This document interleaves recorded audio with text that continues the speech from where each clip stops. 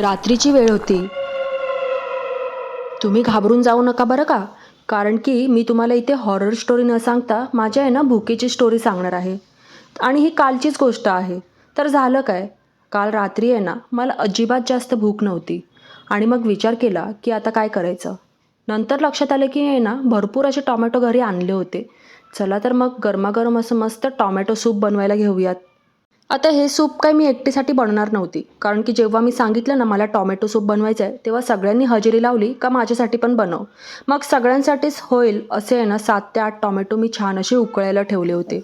उकळी आलेल्या पाण्यामध्ये टोमॅटो छान असे उकडून तयार झाले की त्याच्यावरची साल काढून घेतली आणि छान अशी प्युरी बनवून घेतली. आणि प्युरी बनवून घेत असताना आहे ना 2-4 लसणाच्या पाकळ्यासुद्धा टाकल्या होत्या. आता सूपला छान तडका द्यायचा होता म्हणून 2 चमचे तूप घेतलं, जिऱ्याची फोडणी दिली आणि त्यानंतर त्याच्यामध्ये कढीपत्ता टाकला.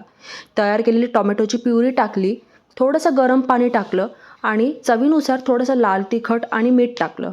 सगळ्यात शेवटी वरतून बारीक कापून घेतलेली कोथिंबीर भरभरून अशी टाकली आणि नंतर आहे ना 10 ते 15 मिनटं सूपला छान अशी उकळी येऊ दिली. थोड्या वेळाने तुम्ही बघू शकता इकडे आपलं हे सूप तयार आहे. हे आहे आपलं होममेड हेल्दी असं टोमॅटो सूप बरं का. बाहेरचे पॅकेट्स आणून सूप बनवून पिण्यापेक्षा आहे ना घरातल्या घरात असे वेगवेगळ्या भाज्यांचे सूपसुद्धा आपण छान असे बनवून पिऊ शकतो.